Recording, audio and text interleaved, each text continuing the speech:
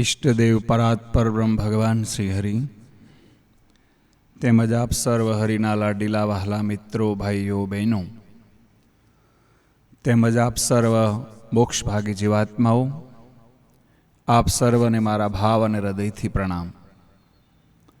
આજે ભારતના એક મહાન સંત શ્રી બ્રહ્માનંદ સ્વામી નિર્મિત નીતિ પ્રકાશ નામનો જે ગ્રંથ, એમનું આપણે અધ્યયન કરી રહ્યા છીએ. એમાં આજે આપણે 8મો અધ્યાય એટલે કે છેલ્લો અધ્યાય, એમનું શ્રવણ મનન અને અભ્યાસ કરીએ.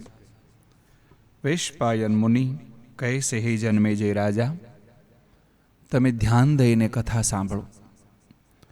અને અહીંયા બ્રહ્માનંદ સ્વામી લખે છે, કહત વિદુર સુન બુદ્ધિવંતા, સો જગ માહી કહાવત સંતા, પૂજત સંત કો કારજ હિત તાહી, તો તે ઉર અભિમાનન લાહી, તો તે ઉર અભિમાનન લાહી. વિદુરજી કહે છે, હે રાજન, તમે બુદ્ધિશાળીશો માટે સાંભળો. જે પુરુષ સંતને છેવે તે સંત કહેવાય છે. જે મનુષ્ય અભિમાનને છોડીને સંતનું કાર્ય કરે છે તે યશ મેળવે છે. સંતો અલ્પ સેવાનું મોટું સુખ આપે છે. સત્પુરુષો એવા દયાળુ છે જે કાર્ય કરવાથી લાભ મોટો થતો હોય, પણ તે કાર્યમાં મોટું પાપ રહેલું હોય તો તે કાર્ય ન કરે. જીર્ણ થયેલી કાસળીને કાઢવાથી સર્પ જેમ સુખી થાય, તેમ તે કાર્યને ત્યાગવાથી જ મનુષ્ય સુખી થાય છે. અન્યાયથી જય મેળવનાર, ચાડિયાપણું કરનાર, ગુરુ ઉપર મિથ્યા અપવાદ મૂકનાર એ સર્વ બ્રહ્મ હત્યારા છે. એ મહાપાપી છે. અસૂયા મૃત્યુરૂપ છે. અતિવાદ કરવો એ લક્ષ્મીનો નાશ કરનાર છે. ભણવામાં અતિ ત્વરા કરવી, ગુરુની સેવા ન કરવી અને આપ વખાણ કરવા, આ 3 વિદ્યાના શત્રુ છે. આળસ, છપળતા, રમતગમત, મદ, ક્ષોભ, અભિમાન, અંટટપણું, લોભ, આ 7 દોષ વિદ્યાર્થીઓએ રાખવા નહીં. વિદ્યાર્થીઓને સુખ ઈચ્છવું નહીં, કારણ કે સુખ ઈચ્છનાર વિદ્યાર્થીને ક્યારે વિદ્યા મળતી નથી. વિદ્યા ઈચ્છવી તો સુખને છોડવું પડે, અને સુખ ઈચ્છવું તો વિદ્યાને છોડી દેવી. કાષ્ટથી અગ્નિ તૃપ્ત થતો નથી, નદીઓએ કરીને સમુદ્ર ભરાતો નથી, સર્વ પ્રાણીઓનું ભક્ષણ કરવા છતાં કાળ ધરાતો નથી, પુરુષથી વેશ્યા સ્ત્રી તૃપ્ત થતી નથી, આશા ધીરજને હારી જાય છે, સર્વ સંપત્તિનો કાળ નાશ કરે છે, સર્વ શોભાને ક્રોધ નાશ કરે છે, કૃપણતાથી યશ નાશ પામે છે, રક્ષણ વિના પશુ નાશ પામે છે, ક્રોધાયમાન થયેલો એક બ્રાહ્મણના વચન બાણથી આખું રાજ્ય નાશ પામે છે. ગાય, અશ્વ, કાછું, રૂપું, મધ, ઘી, વેદ ભણેલા પંડિત, વિપ્ર, સરસ ગવૈયા, પોપટ અને કુળવાન અને દુઃખી એવા જ્ઞાતિ વૃદ્ધજનોને આટલા હંમેશા તમારા ઘરે રહો. ગાય, લક્ષ્મી, ઘી, સારંગી, શાલિગ્રામ, ચંદન, મધ અને સુંદર શંખ, આટલી વસ્તુઓને મનુએ મંગળ કહી છે. માટે તેને અખંડ ઘરમાં રાખજો, કારણ કે દેવ, અતિથિ અને વિપ્રની પૂજા માટે તે ખૂબ ઉપયોગી છે. હે બાપ, આ સર્વ કહીને તેને સર્વોપરી પવિત્ર, શુદ્ધિ અને નિર્મળ એવી મારી અનુભવની તમને વાત કરું છું કે કામ, લોભ અને ભય કરીને પણ તું ધર્મનો ક્યારેય ત્યાગ ન કરતો. ધર્મ અને આત્મા એ 2 નિત્ય છે. સુખ દુઃખ એ અનિત્ય છે. માટે નિત્ય વસ્તુની સાથે રહીને સંતોષ મેળવજો, એ મોટો લાભ છે. મહાબળવાન અને પ્રતાપી અનેક રાજાઓ રાજ્ય ભોગ અને સુખને મૂકીને કાળના મુખમાં ગયા. તમે મારે અને મારા પુત્રોને રાજ્યાદિ મૂકીને કાળના મુખમાં તો જવાનું જ છે. તો પછી મારે અન્યાય કરીને પાંડવોને દુઃખ કરીને પરલોકમાં દુઃખ આપે એવું પાપ શા માટે કરવું જોઈએ? આવો તમે કંઈક વિવેક રાખો, પાંડવોની સાથે પ્રીત કરીને વિરોધને શમાવી દો, અને હે ભૂપાત, ધન ધાન્યથી ભરેલી તમારી પૃથ્વીને તમે પાળો. આ વિદુરના કહેવા ઉપરથી કોઈને એમ થાય કે ધૃતરાષ્ટ્ર પૃથ્વી તો પાળે છે, તેને આખી પૃથ્વી પાળવાનો શોખ હોવાથી પાંડવોને એક ગામ પણ નથી આપવા ઈચ્છતા. સતા વિદુરે તમે પાંડવોને પૃથ્વીનો ભાગ આપો એમ કહેવાને બદલે પૃથ્વી પાળવાની ભલામણ કેમ કરી હશે? આ શંકાને સ્થાન નથી, કારણ કે વિદુરની દ્રષ્ટિએ તો પાંડવોને ક્રોધાગ્નિમાં ધૃતરાષ્ટ્રનું રાજ્ય તથા તેના પુત્રો વગેરે પતંગિયા બનીને હોમવા તૈયાર થયેલા દેખાતા હતા. તેથી તેને પૃથ્વી પાળવાનું એટલે સંપ કરવાનું કહ્યું છે. જો તું પાંડવોને ભાગ આપીશ તો જ તું પૃથ્વી પાળી શકીશ, આમ ધૃતરાષ્ટ્રને કહે છે. પુત્ર પુત્રીઓને ઘણા કષ્ટથી સ્વાર્થથી મોટા કર્યા હોય છે. એ પુત્ર જ્યારે મરણ પામે છે, બિનઉપયોગી બની જાય છે, ત્યારે તેને શમશાનમાં લઈ જાય છે. જેમ કાચનું પાત્ર ફૂટી ગયું હોય તેને ક્રોધે કરીને ઉકરડામાં દાટી દેશે, તેમ તેના પિતાદી સંબંધીઓ ક્રોધે કરીને ચિતામાં નાખીને અગ્નિમાં બાળી દેશે. અવળા મુખ કરીને સૌને ઘેરે ચાલ્યા જાય છે. પછી પોતાનો સ્વાર્થ નાશ પામ્યો હોવાથી પાછા રડે છે. મરનારનું કોઈ ધન લઈ જાય છે, કોઈને ધાન્ય હાથ લાગે તો ધાન્ય અને કોઈ વસ્ત્ર લઈ જાય છે, અને અગ્નિ શરીરને બાળી મૂકે છે કે પછી આત્માની સાથે તો પુણ્ય અને પાપ આ બે જ જાય છે.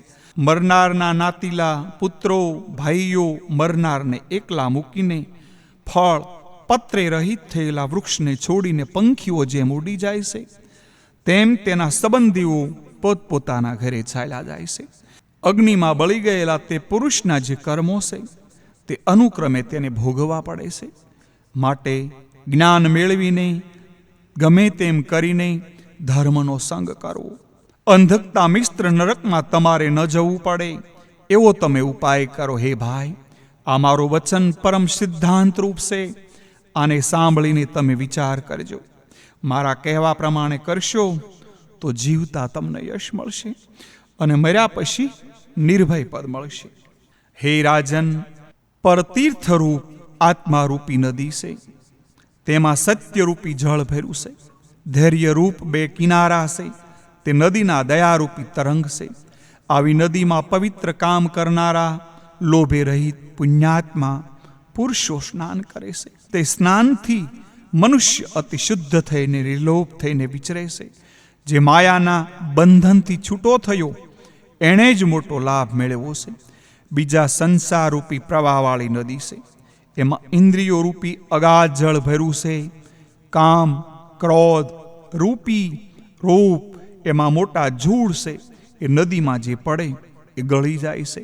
જન્મ મૃત્યુ રૂપી એમાં મોટી ભમરીઓ પડી છે. ધીર પુરુષો ધીરજરૂપી વહાણમાં બેસીને તે નદીને ઉતારી શકે છે. ગુરુરૂપી નાવિકાને ધારે તો નદીને ઉતારવા વાર લાગે નહીં. બુદ્ધિવૃદ્ધ, ધર્મવૃદ્ધ, વયોવૃદ્ધ અને વિદ્યાવૃદ્ધ એટલામાં પ્રેમ કરીને જે પુરુષ તેમને અનુકૂળ વર્તે તે સદાય સુખી થાય છે. સર્વ કાર્ય અકાર્ય વૃદ્ધોને જે પૂછે છે અને જે પૂર્વાપર દ્રષ્ટિ રાખે છે તે ક્યારેય દુઃખી થતો નથી. શિશ્ન અને ઉદરનું ધીરજથી રક્ષણ કરવું, નેત્રથી હાથ પગનું રક્ષણ કરવું, આંખને અને કાનને મને વશ કરીને કરવા, અને મન તથા વાણીને કર્મે કરીને વશ કરવા. નિત્ય સ્નાન, સંધ્યા અને સ્વાધ્યાય કરનારો, પતિતનું અન્ન નહીં ખાનારો, સત્ય બોલનારો, ગુરુને માટે કર્મ કરનારો અને દયાળુ એવો વિપ્ર નિત્ય બ્રહ્મલોકમાં જ રહે છે. જે ક્ષત્રિય વિધિપૂર્વક વેદ ભણે, અગ્નિ સંગ્રહ કરે, યજ્ઞ કરીને પ્રભુની પૂજા કરે, સપ્રેમ પ્રજાને પાળે, ગાય બ્રાહ્મણને પક્ષ લઈને શસ્ત્રથી તન પવિત્ર કરીને યુદ્ધમાં તન ત્યાગે, તે રાજા જરૂર સ્વર્ગમાં જાય છે. જે વેશ્ય વેદશાસ્ત્રને ભણીને સમય અનુસાર બ્રાહ્મણ તથા ક્ષત્રિયને ધનનો ભાગ આપે તથા અગ્નિહોત્રના ધુમાડાને સૂંઘે, તે વેશ્ય મરણ પછી સ્વર્ગમાં વાસ કરે છે. જે શુદ્ર બ્રાહ્મણ, ક્ષત્રિય અને વૈશ્યને પૂજીને પ્રસન્ન કરે તેના સર્વ પાપ બળી જાય છે અને મરીને સ્વર્ગમાં જાય છે. હે ભૂપ, ચારેય વર્ણના જે ધર્મ કયા તેના હેતુ તમને કહું છું તે હવે તમે સાંભળો. હે રાજા, પાંડવો અતિ પવિત્ર છે. આજે તેના હાથમાં પૃથ્વી નથી તો તમે ક્ષત્રિય ધર્મનું રક્ષણ કરવા તમારા રાજ્યાસને એને સ્થાપન કરો. રાજા કહે છે, હે બાપ વિદુર, તમે જો વાત કહો છો તે બરાબર છે. હે પ્યારે, તમારી વાત જ્યારે સાંભળું છું ત્યારે મારી મતિ તમારી વાતને આકારે થઈ જાય છે. પાંડવો પણ મારા પુત્રોની સમાન છે. મારા મનમાં પણ ઘણાય થાય છે. મારા મનમાં પણ થાય છે કે એને રાજ્ય આપું, પરંતુ જ્યારે હું દુર્યોધન પાસે જાઉં છું ત્યારે મારી મતિ ફરી જાય છે. હવે તો દ્રઢ વિચાર કર્યો છે કે કર્મમાં લખેલું હોય તેને કોઈ ભૂસી શકશે નહીં. જેના કર્મની રેખા ભૂસાઈ ગઈ હોય એવા મેં કોઈ જોયા કે સાંભળ્યા નથી. મેં નક્કી કર્યું છે કે આ સર્વ લોકો કર્મને આધીન છે. ભાગ્યમાં લખ્યું હોય એ સર્વ ભોગવે છે. પુરુષાર્થ કરવાનું શું થાય? આવી ધૃતરાષ્ટ્રની વાણી સાંભળીને વિદુરજીને સારી લાગી નહીં. તેથી કાગડાને ઉડાવવા માટે પારસમણી નાખી દે અને જેવો પસ્તાવો થાય એવો જ ધૃતરાષ્ટ્રને જ્ઞાન આપ્યું. તે નકામું ગયું એનો એમને પસ્તાવો થયો છે. વળી વિદુરજીને રાજી કરવા માટે ફરીને ધૃતરાષ્ટ્રએ કહ્યું, જો કંઈ કહેવાનું બાકી રહી ગયું હોય તો પાછો મને કહી દે. તે સાંભળીને મારો કલેશ મળશે. તમારે કહેવું બહુ વિચિત્ર છે. તમારું જ્ઞાન સાંભળવાનું મારે અતિ મન છે. પછી ફરીને દયાળુ વિદુર કહે છે, હે રાજા, હું તમને કહું તે ચિત્ત દઈને સાંભળો. પૂર્વે ધર્મના સ્થાપનરૂપ કોમળ હૃદયના અને બ્રહ્મવેતા એવા સત્ય સુજાત મુનિએ મૃત્યુને પણ સ્વાધીન કર્યું હતું. એ મુનિ શમ દમાદિક ધર્મોને મર્મ જાણે છે. તમારો સંશય કાપવા માટે એ મુનિ તમને કહેશે. ધૃતરાષ્ટ્ર કહેશે, વિદુર, સનત્ય સુજાત મુનિ તમને કહેશે એવું તમે કહ્યું તે શું તમે નથી જાણતા? જે કહેવું હોય તે કહી દઉં. આ સાંભળીને દાસીપુત્ર વિદુર કહે છે, હે બાપ, હું તો તમને કહી કહીને થાકી ગયો. તમે તો પારબ્ધમાં હશે એમ થશે એમ કહીને અંતે ઊભા રહો છો. પુરુષાર્થને તો તમે નથી માનતા. તમને જ્ઞાન આપવું તે પથ્થર ઉપર પાણી ઢોળવા જેવું છે અને ખાર ભૂમિમાં બીજ વાવવા જેવું નકામું છે.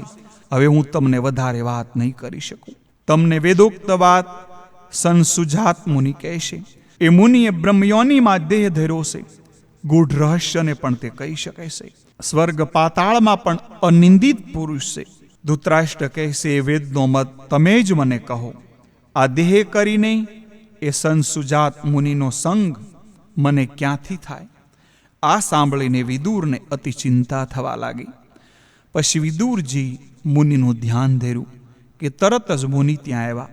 વિધિપૂર્વક મુનિની પૂજા કરીને સારા આસન ઉપર બેસાડીને પછી મુનિને ધૃતરાષ્ટ્ર રાજાની વાત વિદુરજી કહેવા લાગ્યા છે. હે મુને, રાજાના ઉદરમાં મારાથી કહી શકાય નહીં એવો અતિ સંશય છે. માટે હે દીનબંધુ, રાજાનું હિત થાય એ રીતે તમે મને આજ્ઞા આપો કે જે સાંભળીને લાભ, અલાભ, શત્રુ, મિત્ર, કાળ, જરા અને કલેશ આ સર્વ એની પાસેથી ચાલ્યા જાય. ભય, અમર્ષ્ય, ભૂખ, તરસ, મદ, મનની પીડા, કામ, ક્રોધનો નાશ થાય અને રાજાનો ઉદય થાય તથા નિંદ્રા, આળસ અને અધીરતા પણ ચાલી જાય. હે મુનિ, તમારા વચનથી માયિક વિકાર માત્ર ટળી જાય અને રાજાના મનમાં શાંતિ થાય એવા વિચાર મને કહો. આ પ્રમાણે વિદુરે વિધિપુરસર ધૃતરાષ્ટ્રને રાજનીતિ સમજાવી તથા જ્ઞાન માર્ગ કહ્યું અને વ્યવહારની રીતિ પણ બતાવી દીધી.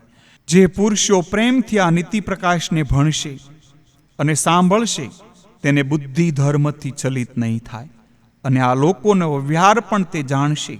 આમાં પરલોકમાં સુખ મળે એવા સાધનો છે, આ લોકમાં કીર્તિ થાય એવા ઉપાયો પણ છે. આ ગ્રંથ મહાન ગ્રંથ છે. તેથી આ નીતિ પ્રકાશ ભણનારનો ધર્મ સુદૃઢ થશે. આ નીતિ પ્રકાશને પ્રેમથી શીખે અને સાંભળે તો આ લોક અને પરલોકમાં સર્વ રીતે એમને ઈશ્વરની પ્રાપ્તિ થશે અને આ જગતમાં પણ એમનું કલ્યાણ થશે.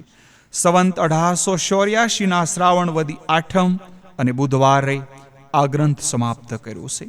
જે આ નીતિ પ્રકાશ કયો એને શીખવવાથી અને સાંભળવાથી મૂઢ હશે એ પણ પ્રવીણ બનશે. ઈષ્ટદેવ શ્રી સહજાનંદ સ્વામીની પાસે જ રહીને દાદા ખાસરના દરબારમાં આ નીતિ પ્રકાશ મેં લખ્યો છે. ઇતિ શ્રી સહજાનંદ સ્વામી શિષ્ય અને બ્રહ્માનંદ મુનિ વિરચિતે નીતિ પ્રકાશે વિદુર ધૃતરાષ્ટ્ર સંવાદે પ્રજાગર પ્રશ્ન 8મો અધ્યાય ઇતિ શ્રી નીતિ પ્રકાશ સંપૂર્ણ ગ્રંથ અહીંયા પૂર્ણ થાય છે. તો વહાલા મિત્રો, આ ગ્રંથમાં ખૂબ આપણને બધાને ઉપયોગી થાય એવા અમૃત વચનો હતા, એવા સુંદર વાક્યો હતા. છતાં પણ મારી અશુદ્ધ ભાષાથી કોઈ પણને દુઃખ થયું હોય, તેમજ કોઈ બોલવામાં વિવેક ન રહ્યો હોય, તેમજ કોઈ અર્થમાં અપભ્રંશ થયો હોય, તો તમારો બાળક જાણી મને ક્ષમા આપજો. આપ સર્વના શરણ કમળમાં મારા ભાવ અને હૃદયથી આપ સર્વને મારા કોટી પ્રણામ. અસ્તુ. જય શ્રી સ્વામિનારાયણ.